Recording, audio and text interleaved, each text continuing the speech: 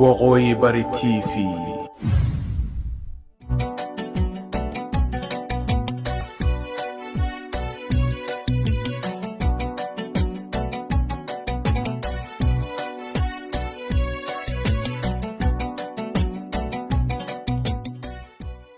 madaxweynaha jamhuuriyadda federaalka mudane maxamed cabdilaahi farmaajo ayaa gudoomiyay kulan hordhac u ah shirka amniga qaranka.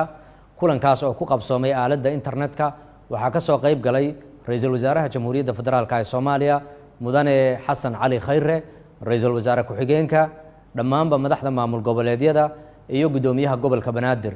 ugu horeynba madaxweynaha jamhuuriyaddu waxa uu ka soo qayb galayaasha kulankan la wadaagay dhawaan shirkii dib u heshiisiinta ee uga furmay dowladda federaalka ee Soomaaliya iyo Somaliland dalka aan walaalahan ahay ee Djibouti.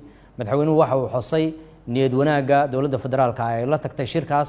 waxa uu sidoo kale xusay in shirkaasi uu sii socon doono. waxaa sidoo kale madaxweynaha jamhuuriyaddu uu la wadaagay dhammaanba ka soo qaybgalayaashii kulankan sida ay dowladda federaalka ee Soomaaliya uga go'an tahay wada shaqaynta maamul goboleedyada taas oo ku dhisan dimuqraadiyadda iyo rabitaanka shacabka.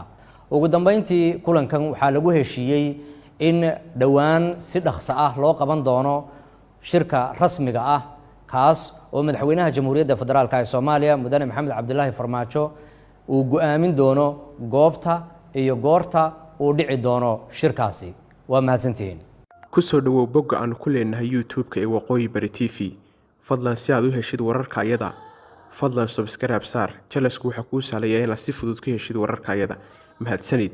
waan hubaa wararkaan soo galino bogga aan ku leenahay YouTube-ka inaad ka heli doontid haddii Ilaahay idmo wararka deegaamada Waqooyi Bari iyo Soomaaliya inteeda kale warar ku saabsan halkan ka hel. daawadaha sharafta lahu mar kale ha u deeman la'aan bogga aan ku leenahay Facebook-ka ee Waqooyi Bari TV si aad u heshid wararka ayada isna booqo bogga aan ku leenahay Facebook-ka ee Waqooyi Bari TV.